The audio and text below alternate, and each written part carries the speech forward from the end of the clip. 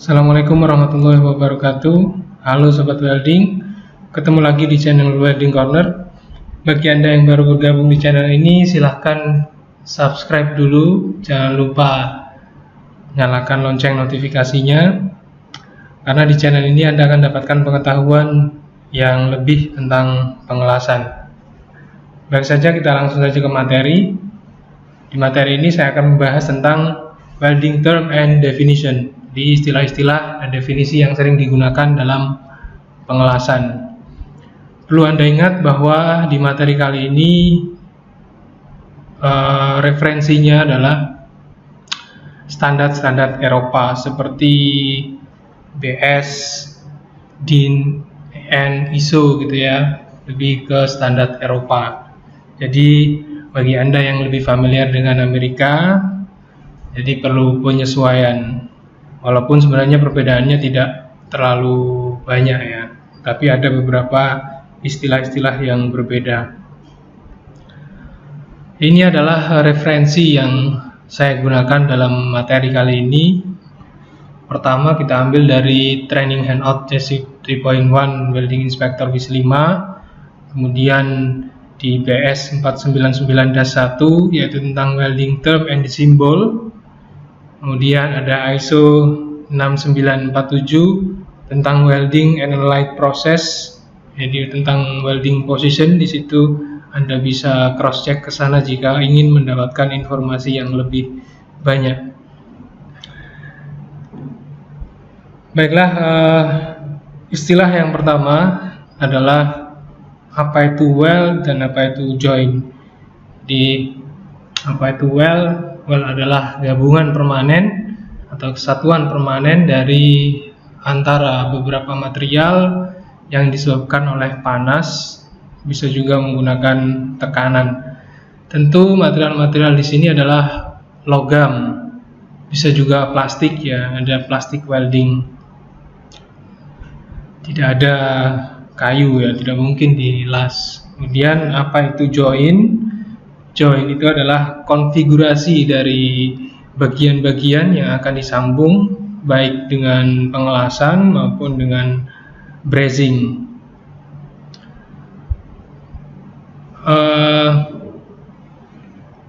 Di BS EN ISO 15607, jadi ada beberapa istilah join. Yang pertama ada istilah homogeneous join, artinya adalah apabila kita menyambung atau menggabungkan dua material di mana antara parent material dengan filler metalnya itu atau weld metalnya itu tidak memiliki perbedaan mechanical properties dan chemical composition yang signifikan. Sebagai contoh adalah plat carbon steel dilas dengan menggunakan elektroda carbon steel juga ya. Kemudian selanjutnya ada heterogeneous join. Heterogeneous join ini adalah apabila kita menggunakan parent material tapi filler metalnya atau elektrodanya ini ada perbedaan yang signifikan dari mechanical properties-nya, dari chemical composition-nya. Contohnya misalkan ketika kita merepair cast iron, besi cor, dengan menggunakan elektroda nickel base ya. Selanjutnya ada istilah dissimilar atau transition joint. Nah, ini adalah apabila kita menggabung dua parent material atau base metal yang memiliki perbedaan signifikan ya, chemical composition-nya, mechanical properties-nya. Ini disebut sebagai dissimilar, antara base metal yang satu dengan base metal kedua yang akan dijoin berbeda jauh. Misalkan kita menyambung carbon steel plat dengan austenitic stainless steel misalkan gitu ya, bisa plat, bisa pipa atau apapun lah, yang jelas jenis materialnya berbeda. Nah, perlu Anda Ingat di sini ada istilah member ya. Jadi join itu adalah konfigurasi dari member atau bagian-bagian. Nah, member di sini itu ada istilahnya ada dua ya, ada butting member dan ada non butting member. Jadi nanti kita jelaskan di gambar selanjutnya. Jadi ingat member itu ada sebutan butting member, ada istilah non butting member. Oke, ini adalah tipe join. Kalau tadi itu adalah tipe join berdasarkan ya, ini tadi tipe join berdasarkan aspek dari jenis keseragaman dari jenis materialnya ya. Kemudian sekarang tipe join berdasarkan konfigurasinya. Jadi yang pertama ada T-join ya. Tadi saya sebut ada butting member, ada non butting member. Jadi ini disebut sebagai ini member, ini juga member ya. Plat yang bawah ini member, ini juga member. Yang disebut dengan butting member itu adalah yang ini ya, karena ini bisa dibuat groove atau bevelnya. Selanjutnya yang bawah ini disebut sebagai non butting member ya. Kalau ini kedua-duanya head join ya, ini head join ya, ada T-join, yang kedua ada head join. Ini butting member semua ya, ini butting member. Kemudian cruciform seperti ini konfigurasinya. Yang ini adalah butting member karena bagian ini yang bisa dibuat groove atau alur atau bevel. Ini juga butting member, ini non butting member ya. Ini kedua-duanya butting member, ini butt join ya, sambungan lurus. Butt join, ini butting member. Kemudian ada lap join ya, seperti ini sambungan tumpang. Ini kedua-duanya adalah non butting member. Ini non butting member, ini non butting member. Kemudian ini adalah corner join. Ini butting member, ini juga butting member. Ya, jika Anda ingin tahu informasi tentang non butting member itu Anda bisa buka di AWS 3.0 ya. Itu juga welding term, istilah-istilah dalam pengelasan tapi di standar Amerika di AWS. Jadi ada 6 join, tipe join ya. Jadi tidak ada fillet join ya, yang ada fillet weld. Jadi join hanya ini. Baik, selanjutnya ini penjelasan deskripsi dari gambar tadi. Jadi disebut butt join itu apabila kita mengoneksikan atau menyambung antara dua ujung dari member atau sisi dari member itu dengan membentuk sudut antara 135 sampai dengan 180. Jadi kalau lurus 180 ini masih ada toleransi ya, masih boleh lah bengkok-bengkok sedikit, itu boleh. Asalkan sudutnya masih di antara 135 sampai 180. Jadi kalau kita bikin join seperti ini misalkan ya, nah seperti ini misalkan joinnya. Nah ini kan tidak 180 ya. Selama sudut ini masih berada di antara 135 sampai 180, ini masih dikategorikan sebagai butt join ya. Karena apabila ini semakin sudut semakin kecil ya, sudutnya semakin kecil, nah lama-lama sudah bukan jadi butt join lagi ya, tapi bisa jadi corner join ya. Seperti yang kedua ini. Seperti yang kedua, ini corner join. Jadi koneksi antara dua ujung atau sisi dari member atau bagian itu, sehingga dia membentuk sudut antara satu dengan yang lainnya lebih dari 30 tapi kurang dari 135. Jadi kalau sudutnya di 135 itu masih masuk dalam kategori butt join ya. Nah, di sini ada batasan lebih dari 30. Nah, kenapa kalau kurang dari 30? Nah, kalau kurang dari 30 jadinya head join seperti ini ya. Jadi antara butt join, corner join, head join ini dibatasi oleh sudut ya. Jadi Anda perlu ingat kalau butt join 135 sampai 80, Kalau sudutnya semakin kecil, sudah nyaris mendekati corner join, ya, nyaris mendekati corner join. Tapi kalau sudutnya semakin kecil lagi, antara 0 sampai 30 itu sudah jadi adjoint, ya. Idealnya rapat kayak gambar tadi, idealnya rapat seperti gambar tadi. Itu ya. Kemudian selanjutnya lap join, ya. Jadi koneksi antara dua overlapping part, jadi koneksi antara dua bagian yang saling overlap, saling tindih begitu ya, saling tumpang dengan membentuk sudut antara 0 sampai 5 derajat. Kenapa dibatasi sudut? Karena kalau sudutnya semakin besar, bagian atas ini misalkan sudutnya saya angkat ya, member bagian atas ini katakanlah saya buat begini nih. Saya buat begini.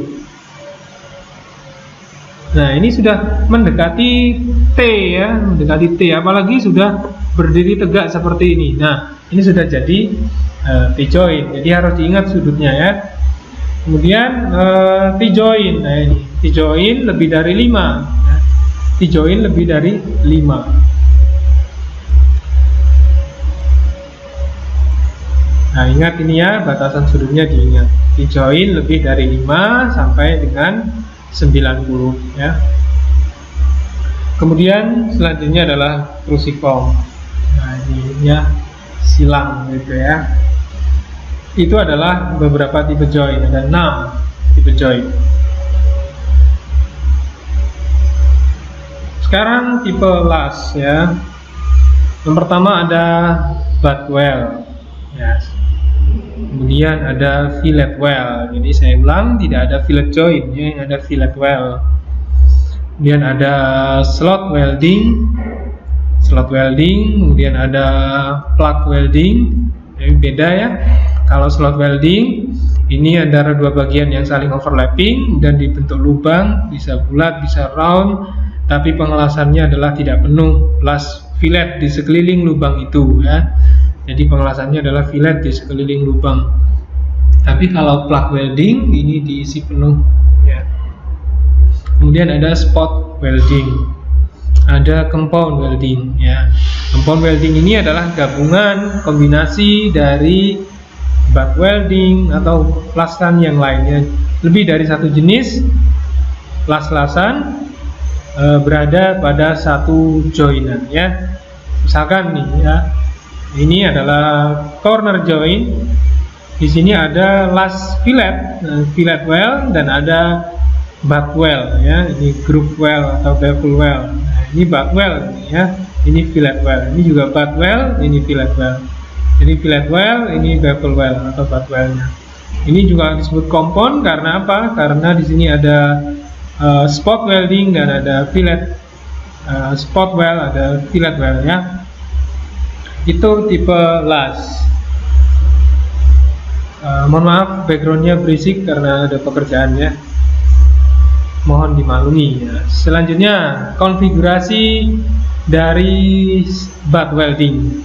Nah, jadi butt welding itu bisa saja berada pada butt joint seperti ini. Bisa saja juga butt welding, butt weld itu ada di T-joint seperti ini. Bisa juga butt welding ini ada di corner joint seperti ini ya.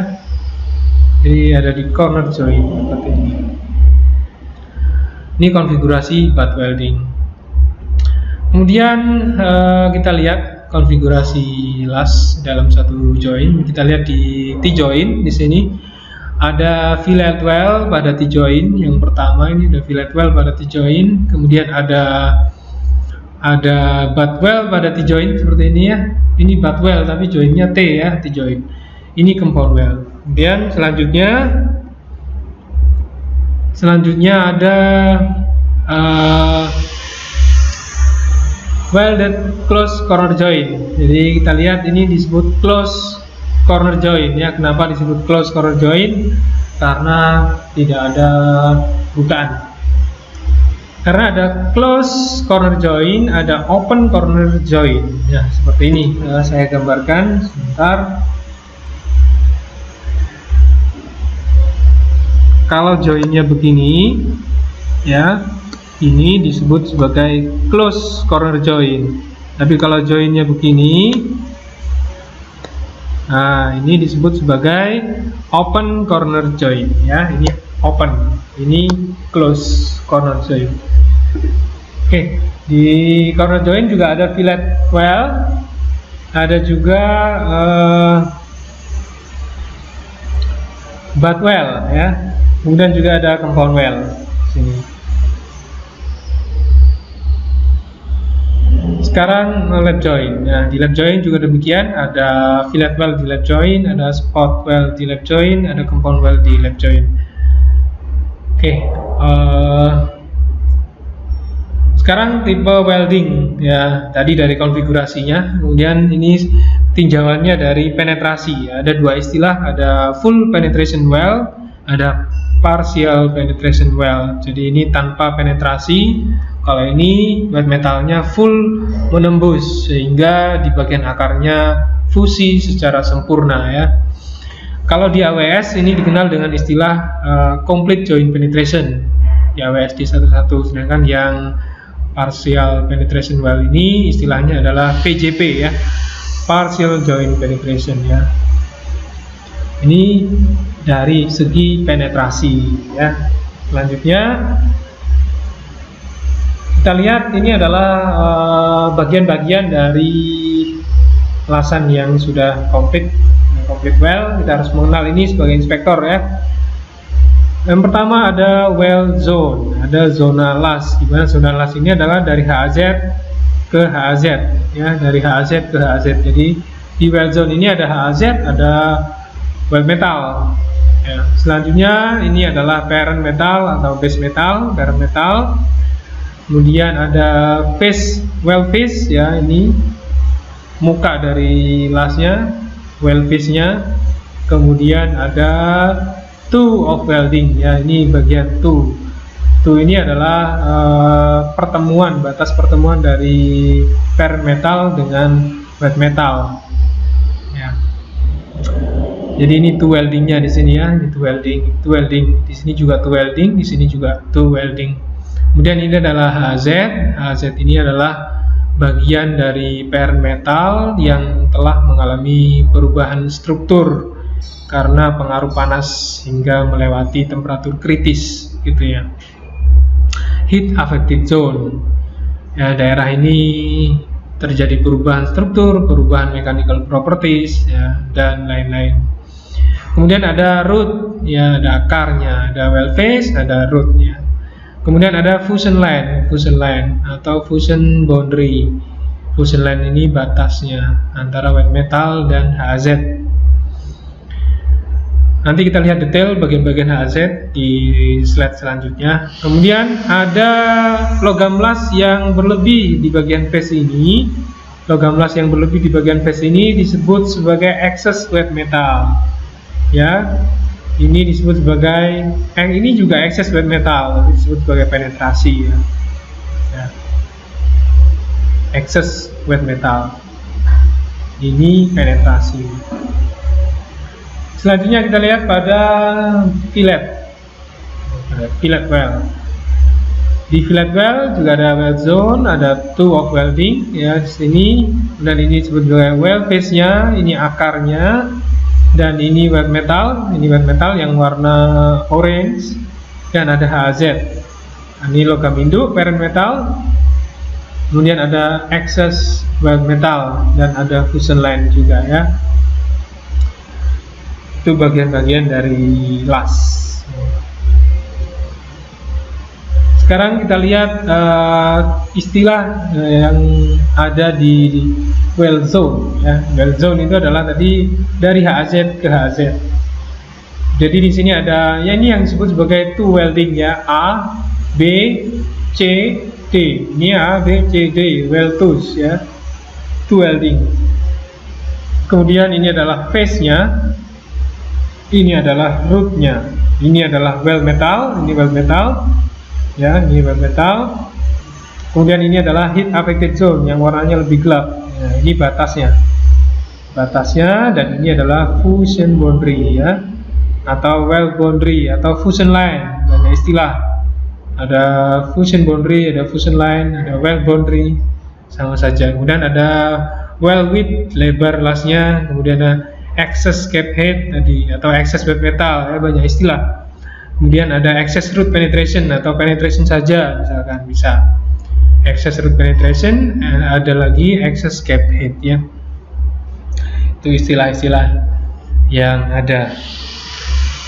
Kemudian istilah-istilah yang ada di HAZ, ya, ini ketika kita pengelasan dibelah secara melintang, kemudian kita amati di bawah mikroskop, begitu ya, mikroskop optik, akan kelihatan secara umum seperti ini bagian-bagiannya, ya. Ini wet metalnya, kita lihat daerah HAZ. Pertama ada istilah solid liquid boundary, ya, yang warna kuning, ya. Kenapa disebut solid liquid boundary, ya? Karena bagian kuning ini ada sebagian yang mencair, ada sebagian yang tidak. Ya. Ini kalau di handbook ada yang nyebutnya sebagai PMZ, ya, PMZ, partially melted zone, ya, PMZ, HZ. Kemudian ada lagi sebelahnya lagi ada grain grow zone, daerah yang pada HAZ ini yang mengalami pertumbuhan butir karena terekspos pada temperatur yang tinggi namun tidak sampai mencair, ya, terjadi pertumbuhan butir. Daerah ini akan mengalami penurunan ketangguhan di sini, ya, kekuatan juga akan turun di daerah ini. Ini istilahnya selain grain grow zone ada yang nyebutnya sebagai coarse grain HAZ, CGHAZ. Kalau ini tadi PMZ, ini CGHAZ.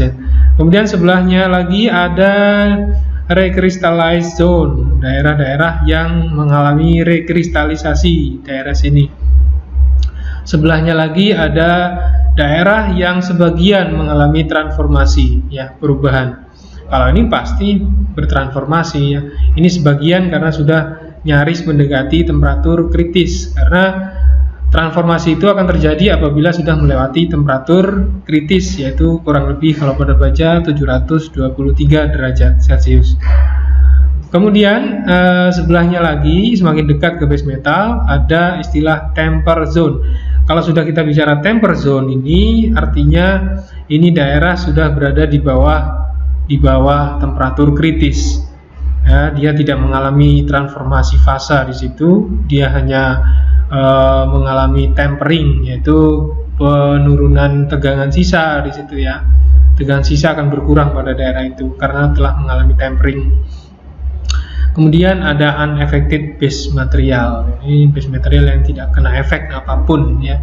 Kalau temper zone ini masih, walaupun tidak strukturnya tidak berubah, ini kalau diuji tegangan sisa di sini berkurang di sini, ya.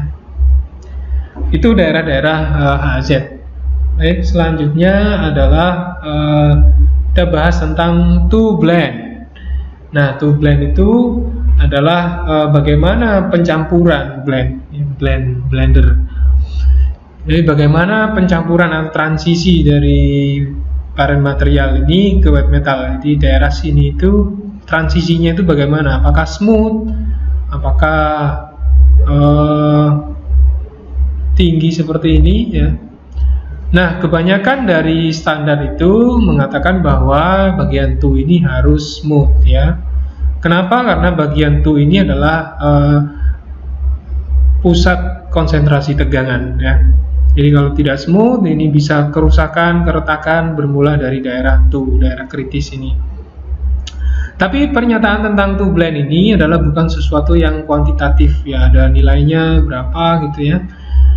Sehingga oleh karena itu ini tergantung dari interpretasi personal, ya. Kalau kita lihat ini susah untuk mengukur sudut ini, susah, ya. Ini bisa diestimasi saja. Ini dikatakan sebagai poor to blend, ya. Ini poor to blend, ini poor to blend. Kalau ini udah good, ya, bagus. Karena smooth, ya. Kalau kita lihat di ISO 1 berapa, ya, tentang quality level imperfection, kita lihat di standar itu, ini ada batasnya berapa sudut ini. Jadi idealnya sudut to blend angle ini antara 20 sampai 30 ya. Intinya jangan sampai daerah tuh ini tinggi ya. Ini harus dibuat smooth. Bagaimana kalau pengelasan sudah terlanjur seperti ini, ya harus di gerinda smooth begitu ya.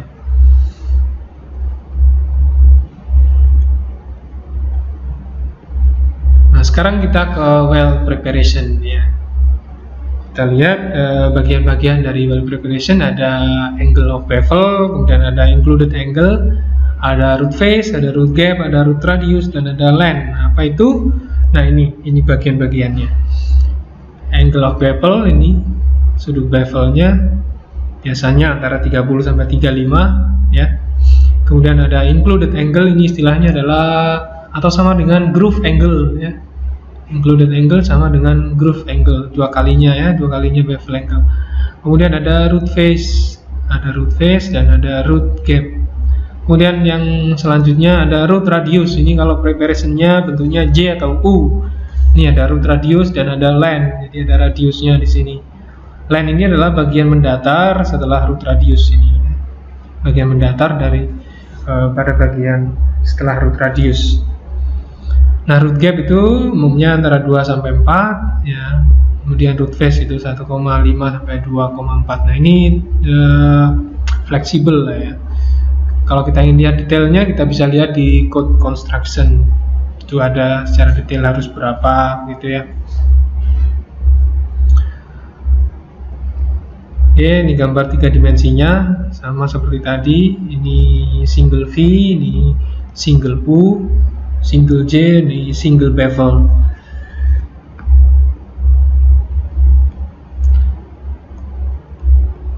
Nah, tipe preparation ya.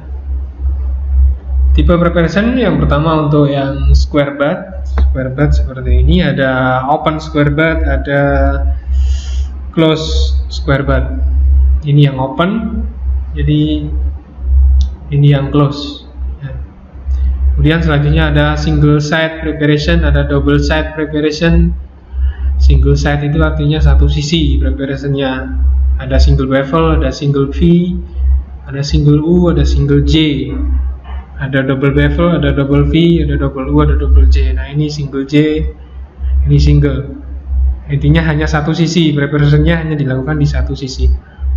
Kalau ini dilakukan di dua sisi ya. Double J, ada double U, ada double V, ada double bevel. Ya, seperti K begini.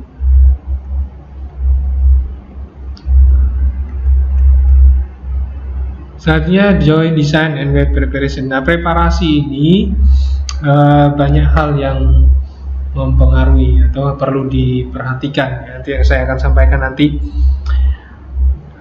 Terkait dengan bevel angle. Bevel angle itu harus memungkinkan memberikan akses pada welder itu agar mudah menggoyang-goyangkan elektroda ya, memanipulasi elektroda sehingga bisa menjangkau pada bagian root. Sehingga kalau bevel angle ini tidak terlalu sempit, ini leluasa nih ya, bergoyang-goyang di sini gitu ya, melakukan waving, sehingga potensi untuk terjadinya incomplete fusion atau sidewall fusion, lack of sidewall fusion semakin kecil. Nah, selanjutnya adalah tentang joint design dan preparation ini. Tadi sudah saya katakan bahwa dalam mendesain preparation ini ada beberapa hal yang harus dipertimbangkan. Misalkan pertama ini adalah welding proses.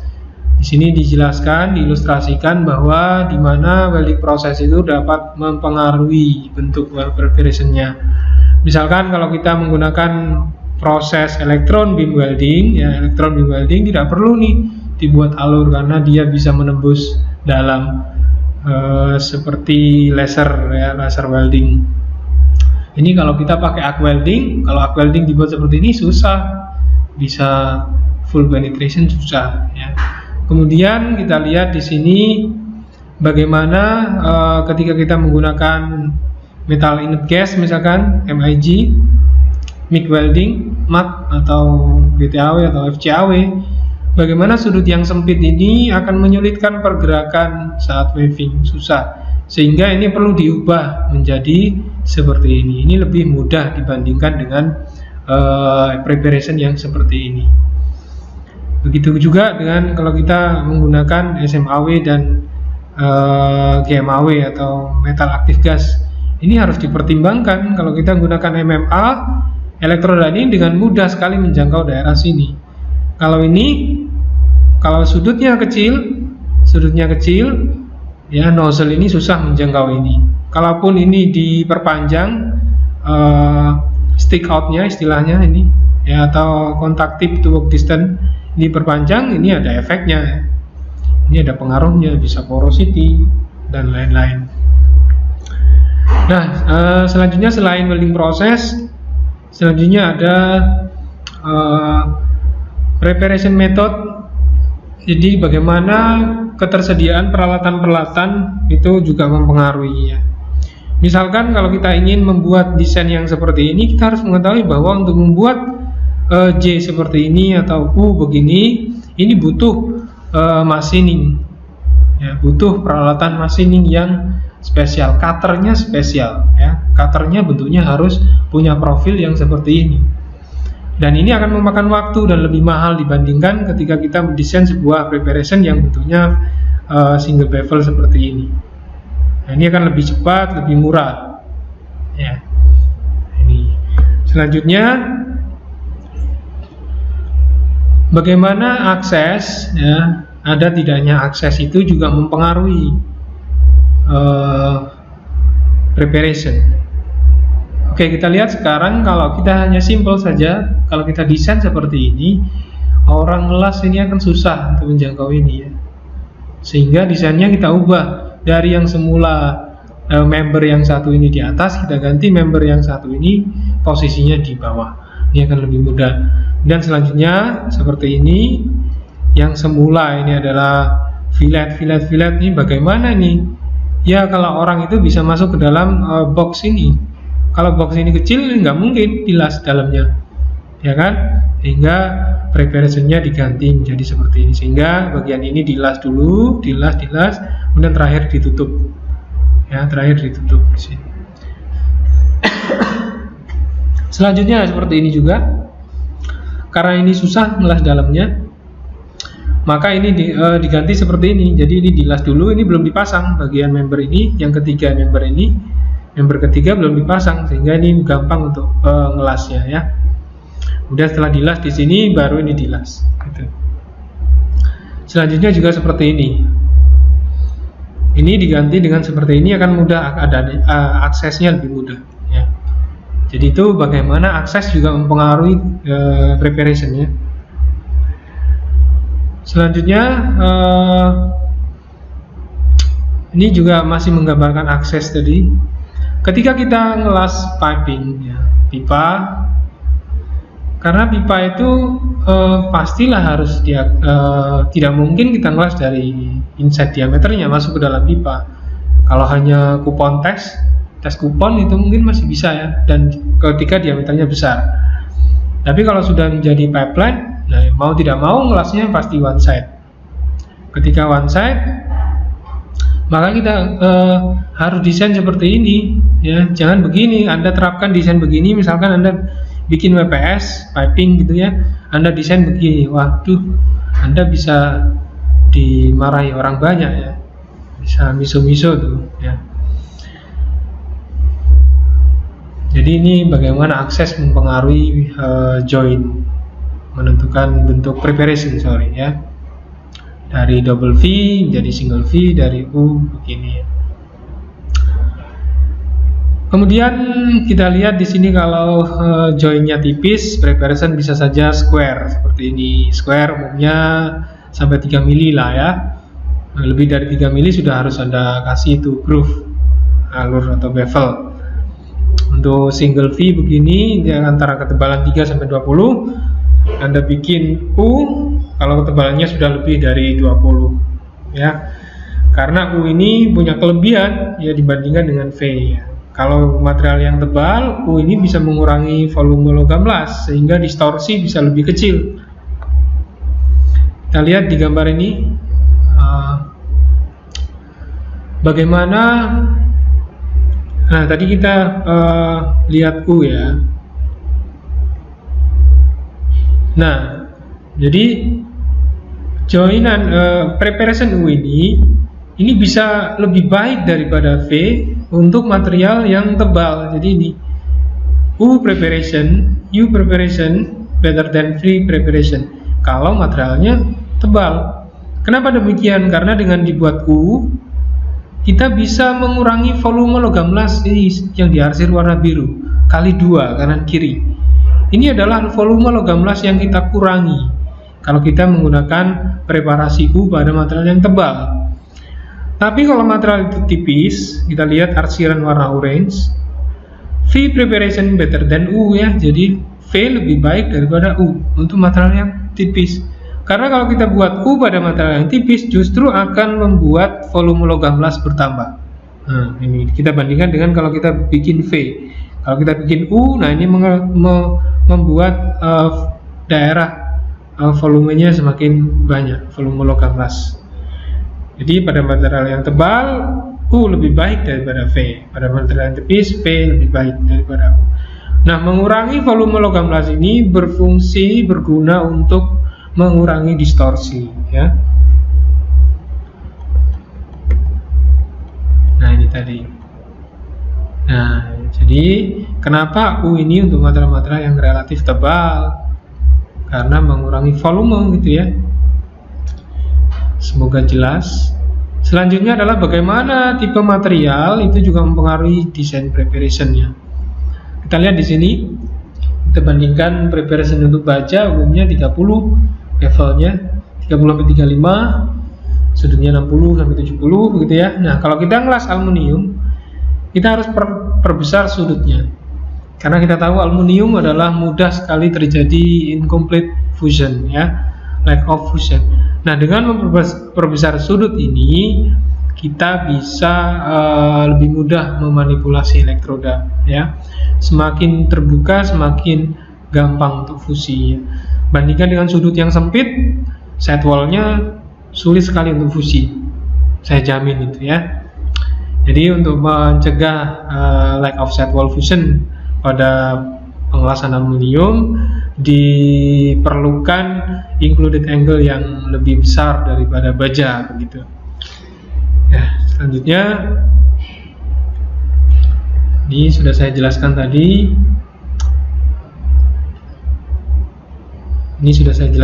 Ya. Sekarang mengurangi volume logam las dengan mengurangi sudut bevel. Nah, ini. Jadi kalau kita ingin kurangi sudut distorsi, kurangi volume logam las, kurangi tegangan sisa, itu bisa dengan cara mengurangi sudut bevelnya ya. Tapi resiko lain ada lagi ya. Seperti misalkan mudah sekali untuk incomplete fusion, itu lain cerita ya. Kita tinggal pilih saja ya. Kita tinggal cari mana yang optimum. Selanjutnya kita bisa mengurangi volume logam las dengan cara mengurangi root gap. Nah, dari yang root gap besar kita kecilkan, ini volume juga akan berkurang sebanyak ini ya. Selanjutnya kita bisa mengurangi volume logam las dengan menambah dari root face yang tipis menjadi root face yang tebal. Nah, ini volumenya pasti berkurang ya. Tapi resiko lain juga ada, ini susah untuk tembus ya toh. Tinggal mana yang optimum. Kemudian kita bisa menggunakan dari single V menjadi double V. Nah, ini kalau kita hitung luasannya ya, mungkin bisa lebih kecil volumenya ya. Selanjutnya ini sudah saya jelaskan tadi, mengurangi volume dengan menggunakan U sebagai pengganti V, tapi tidak selamanya ya. U itu bisa justru lebih banyak volumenya jika kalau Anda terapkan pada material yang tipis ya. Ingat itu ya. Baik, selanjutnya adalah bagaimana welding position mempengaruhi juga tentang preparation-nya. Bagaimana welding position mempengaruhi preparation. Nah, kita jelaskan di sini kalau kita posisi lasnya adalah PF vertikal ya, PF vertikal. kita bisa gunakan seperti ini. Tapi kalau kita PC horizontal 2G, kalau kita terapkan seperti ini, ya kita berdirikan begitu. Bentar, saya gambarkan.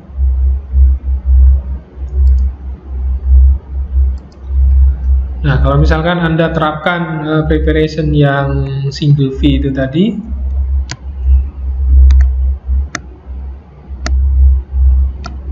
pada posisi horizontal, nah pengelasan bisa saja begini loh gambarnya, deletek begini ya. Nah, ini kan buruk sekali. Nah, untuk mencegah wet metal yang jatuh ke bawah ini, ya, sehingga terjadi overlap nanti di sini. Nah, untuk mencegah hal itu, kita bisa desain perkecil bevel angle member yang bawah ini ya. Atau bisa Anda gunakan yang single bevel sekalian. Ini bisa. Jadi jika kita gunakan symmetric preparation, jika symmetric preparation digunakan pada posisi horizontal, WC, maka las-lasan bisa saja spill out, ya, jatuh ke bawah seperti ini, melebihi groove-nya sehingga terjadi overlap. Nah, untuk mencegah hal itu seperti ini. Itu bagaimana welding position mempengaruhi preparation, ya. Banyak hal ya tadi. Kemudian bagaimana pembebanan juga mempengaruhi preparation, ya. Kalau kita komponen kita menerima beban dinamik, beban siklik begitu ya.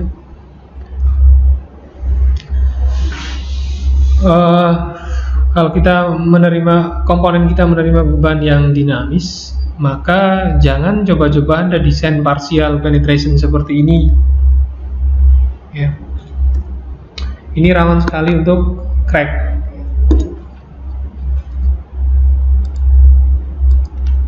Rawan sekali untuk crack. Maka kita harus mengubah desainnya menjadi ini di bevel, ya, double bevel, sehingga ini lebih tahan terhadap terjadinya crack, ya, karena crack akan bermula dari daerah sini. Selain itu juga ini akan rawan sekali untuk terjadi lamellar tearing kalau Anda desain seperti ini. Jadi lack of penetration promote cracking. Ini ada lack of penetration di sini kalau kita desain parsial. Jadi kita desain seperti ini. Itu bagaimana pembebanan dapat mempengaruhi preparation. Sekarang kita kenali ukuran-ukuran atau dimensi atau ukuran yang ada pada butt weld. Ada istilahnya actual throat thickness. Nah, tebal lasnya ini disebut sebagai actual throat thickness. Kemudian ada design throat thickness. Design throat thickness sama saja dengan tebal parent metal. Kemudian ini kalau full penetration, ya. Kalau partial penetration, actualnya ya dari sini sampai sini, tebal lasnya. Design throat thickness-nya bukan tebal material, ya, dari las-lasan yang datar dengan parent material sampai dengan root-nya dari las-lasan ini. Kalau pengelasan itu di green flash, maka actual throat thickness sama dengan design throat thickness, ya. Sebagai aturan umum adalah actual throat thickness itu sama dengan design throat thickness ditambah dengan excess wet metal, ya. Kemudian apabila kita joinnya adalah beda ketebalan seperti ini, maka actualnya adalah ini, ya, actual throat thickness sama dengan maximum thickness yang melewati join itu. Kemudian design throat thickness adalah, ya, ketebalan plat yang tertipis. Selanjutnya ada definisi, ada istilah tentang run atau pass, ada istilah layer, ada istilah bead, ya. Apa itu run? Jadi run itu adalah logam yang dicairkan atau yang didepositkan atau diisikan ke alur las, ke groove atau ke bevel selama satu pas dari elektroda, dari satu elektroda. Kemudian layer adalah stratum atau lapisan dari wet metal, bisa saja berisi satu atau lebih run. Jadi bisa saja berisi satu atau lebih run atau pass. Nah, ini adalah single pass atau single run karena hanya ada satu. Kalau ini multi pass ya, multi pass karena ada beberapa pass. Ini multi pass welding, ada berapa layer kita hitung. Ini layer pertama, ini layer kedua, ini layer ketiga, ini layer keempat, layer kelima, ya, layer ke-6, gitu ya. Ini multi pass welding. Kemudian ada istilah bit, ya, ada single bit, ada multi bit. Nah, kalau kita bicara bit, itu adalah tinjauannya adalah dalam satu layer ini ada berapa run, gitu ya. Tinjauannya adalah dalam satu layer ini. Ya, ada berapa run dalam satu layer ini. Kalau hanya ada satu run dalam satu layer ini, maka itu disebut sebagai single bit. Nah, ini single bit. Tapi secara keseluruhan ini bukan berarti single pass, ya. Karena pernah ada orang yang menggambarkan single pass welding, ya, digambar seperti ini ya. Ini multi pass welding ya. Ini ada berapa pass nih? Ada 7 pass atau 7 run. Bitnya yang single ya. Bukan passnya yang single. Ya. Bitnya yang single. Dalam satu layer ini ada satu bit. Nah, sekarang multi bit. Ini single and multi bit layer. Jadi lapisan pertama yang bawah ini ada satu. Jadi ini satu, ini satu, ini ada dua. Nah, layer satu ada satu, layer kedua ada satu, layer ketiga ada dua, layer keempat ada dua, ini dan ini. Layer kelima ada dua, satu, dua.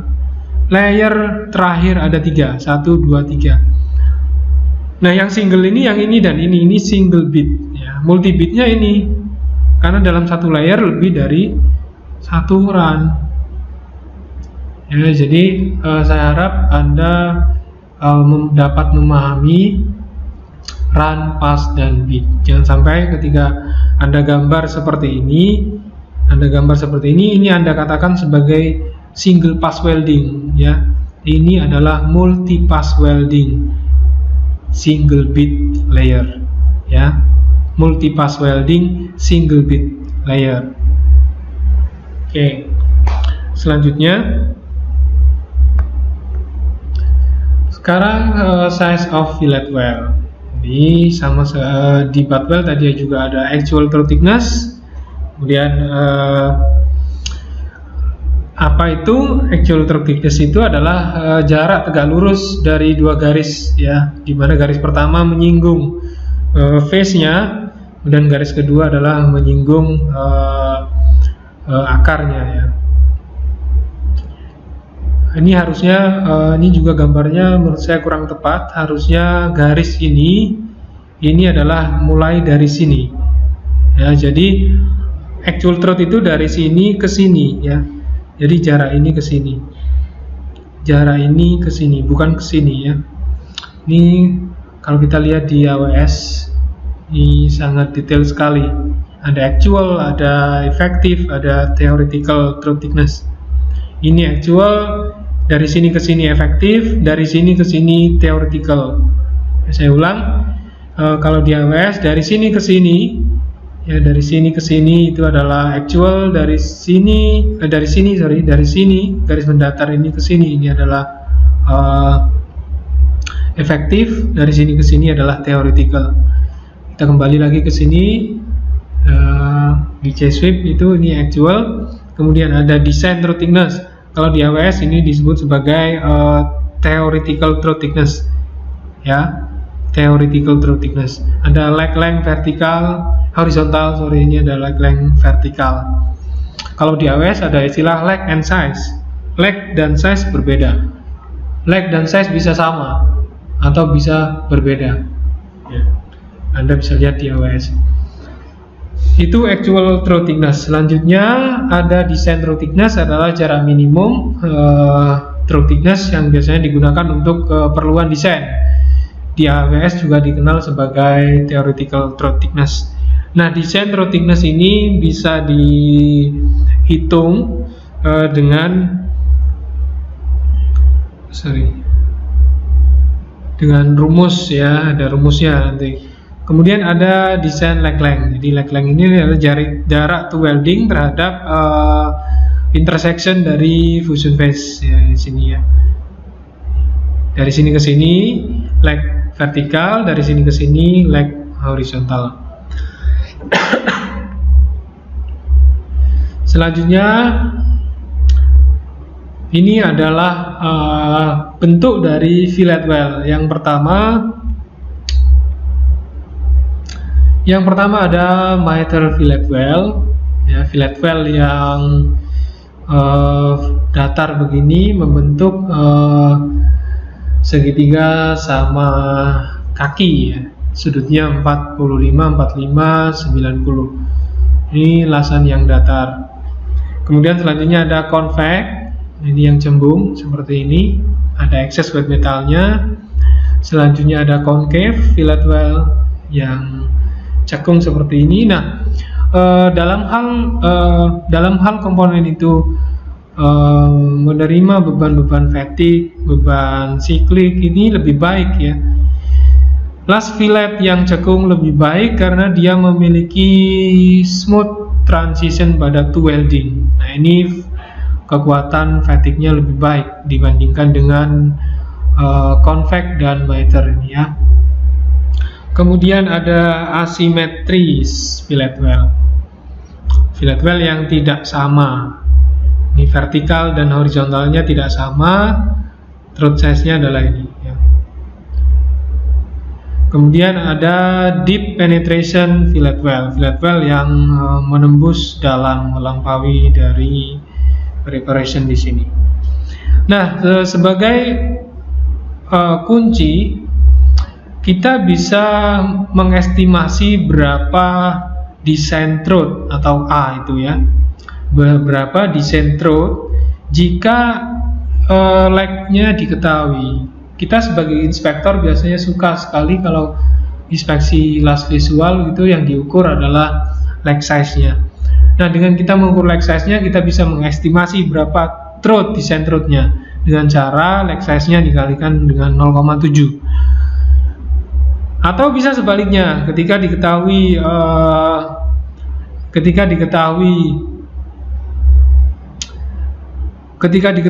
throat-nya, kita bisa mengestimasi berapa lag size-nya dengan cara mengalihkan throat-nya dengan 1,41 ya.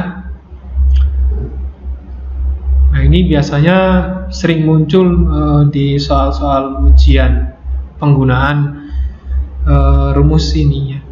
Pertanyaan tentang feature of fillet weld.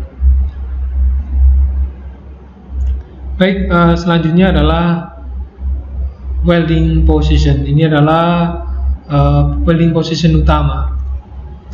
Yang pertama ada flat position atau dikenal dengan PA.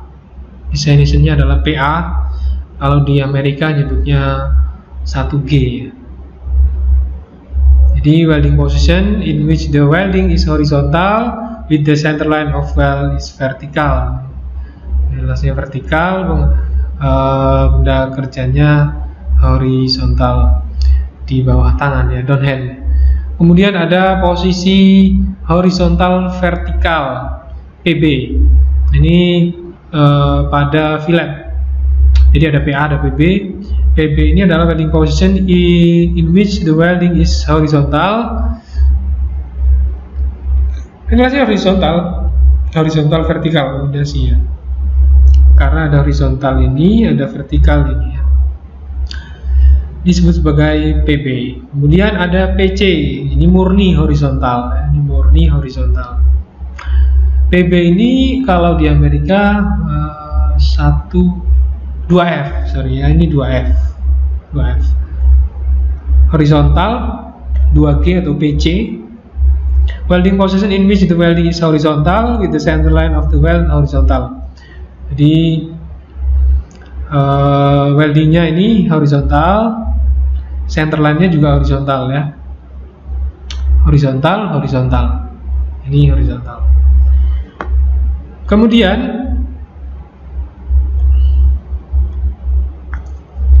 Selanjutnya adalah vertikal. Ya, ada vertikal up, ada vertikal down, vertikal up PF, vertikal down PG. Definisinya berdasarkan ISO 6947, Anda bisa cek di situ. Vertical up itu adalah welding position in which the welding is upward. Jadi pengelasannya dari bawah ke atas dan vertikal. Kalau yang vertical down, the welding position in which the welding is downward, dari atas ke bawah, ini PG. Selanjutnya ada overhead atau PE, di atas kepala atau 4G ya ini ya. Kalau ini 3G di Amerika. Overhead, welding position in which the welding is horizontal, ini horizontal posisinya, posisi ini horizontal tapi di atas kepala. Ya, di atas kepala. Kemudian horizontal overhead ya, ini 4F ya, 4F atau PD.